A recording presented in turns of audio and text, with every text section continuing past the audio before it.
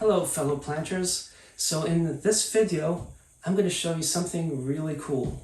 But first, make sure you hit that subscribe button so you can be privy to all my upcoming videos. So I had purchased this one time. It's a nice Royal coffee grinder, wall-mounted, with a patent date of around 1890, so this was probably made shortly thereafter.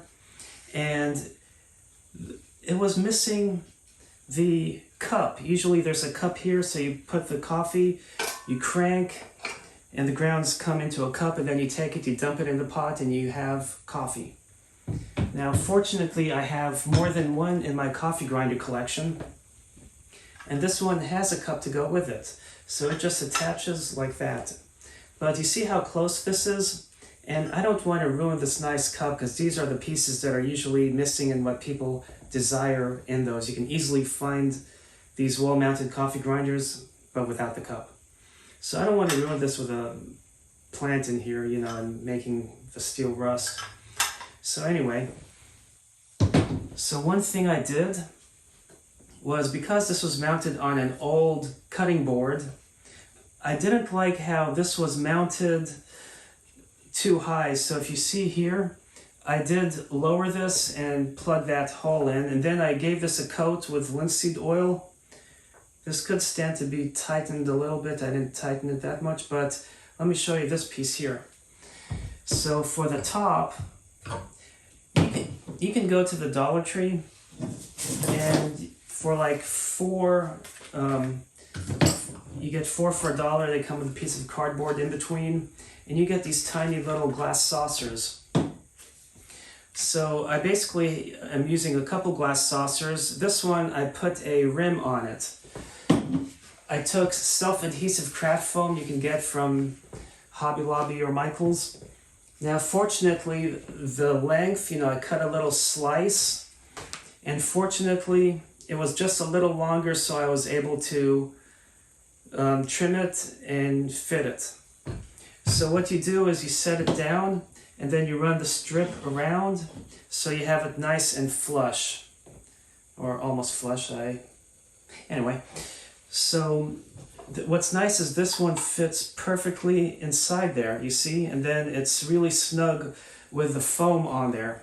So let me show you. I can even flip it upside down, and it's fine.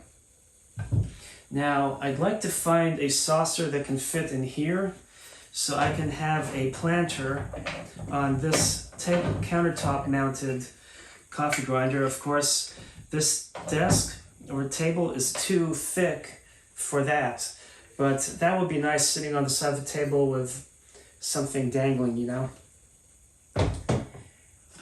Anyway, what I'm going to do now is rig up a method to have a second saucer here.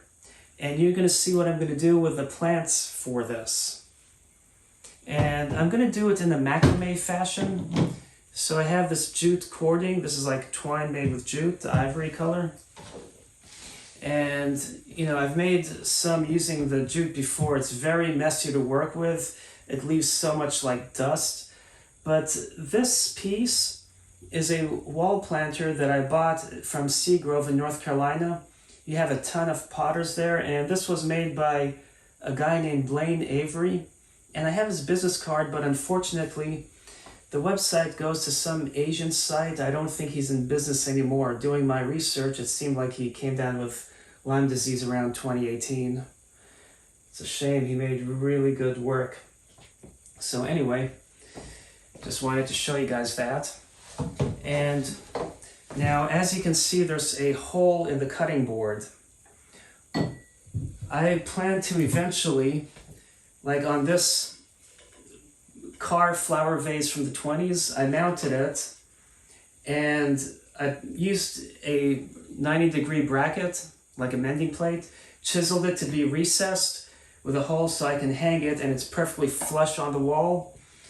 And first, I'm going to see how this will work hanging. You know, I have a couple pieces of padding here. Those are also self-adhesive craft foam, but I used a brown color this time to match. And I'll see how this works before I decide to put a bracket, and I'll have to put a couple if I do. And I don't like how they'll be that close apart versus wide enough to have both of them on a stud, but it's not going to be excessively heavy for that. But the reason why I would talk about putting a couple brackets down the road possibly is depending on the way it weighs.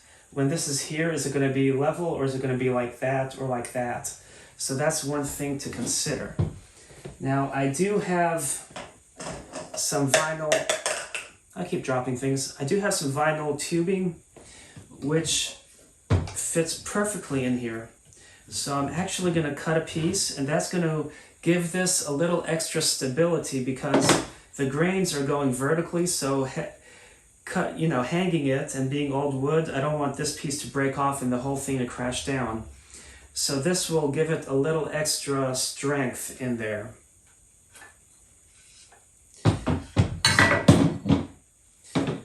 So noting the thickness, the diameter, I have my trusty box cutter, and I can cut, hopefully without slicing myself, using the dull blade.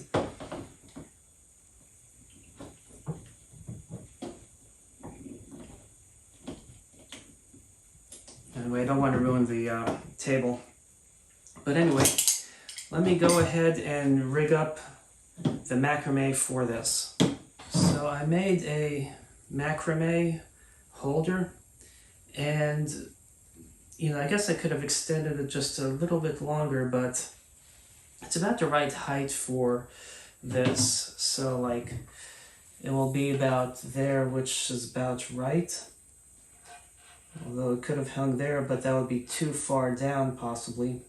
It just depends on one's preference. So anyway, what I did was I looped them on a electric wire, a heavy gauge one, with a single copper wire, so it's malleable. And then I ran square knots, a couple half squares, and then here I ran a couple half squares as well in the opposite orientation, so they like wrap around to give it some polarity, so then the front the plant can hang out. And then if you notice right here, I found a small little key ring which I used in the center to loop these around. I used a total of 6 cordings. But macrame is very easy to do, and there are plenty of videos out there. Feel free to watch the ones I made and you can learn some of these same techniques. I've played around with it and I've figured out something that I can do. So what I'm going to do first is take the edge and create a wrapping around. So then this will go and wrap around the back like that. And this will be here, and then I'll create another wrapping around on the other side. Actually, I'm going to wait to trim this. Now, in the meantime, to attach this on here without it falling, I have these paper clips. And I'm going to go in between 2 and run one of the paper clips, go in between another 2, and then it's going to be equally spaced. And I'm just going to use that one, run another paper clip. So then these will go in through here. Oh, I bent that one. So now we have this. We have, oh, I forgot about this. We have this piece here I need to trim.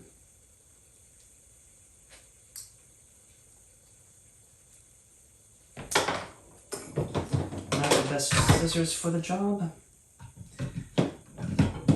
but it's the right length. I don't know why this hasn't been staying in very tightly. Okay, now it's tight. So now it's not coming out. And the question is, how long do I want the tassel? I'm going to cut it to the length of the shortest piece. I like to keep them long when I can. It just gives them a certain elegance to them. So the plants I'm going to put in here this is a Peperomia prostrata.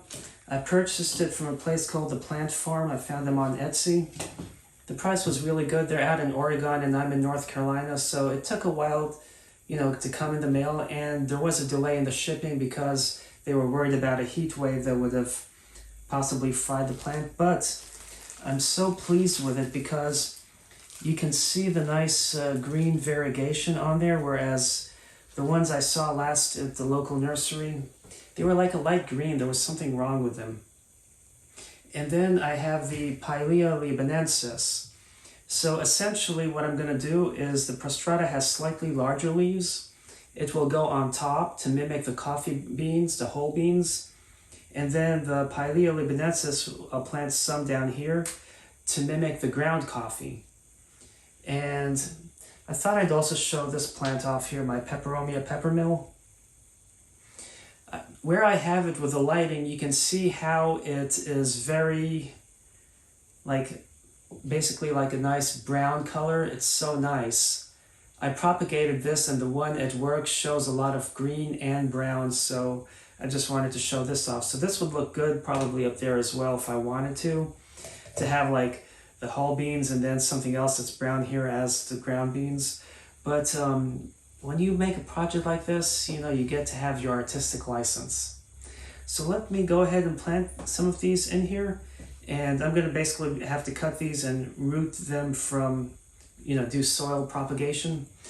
But let me plant these and we'll see how it turns out. I considered hanging it next to this coffee grinder, and this one I put something so I can just turn and not grind. But I do have some grounds in here.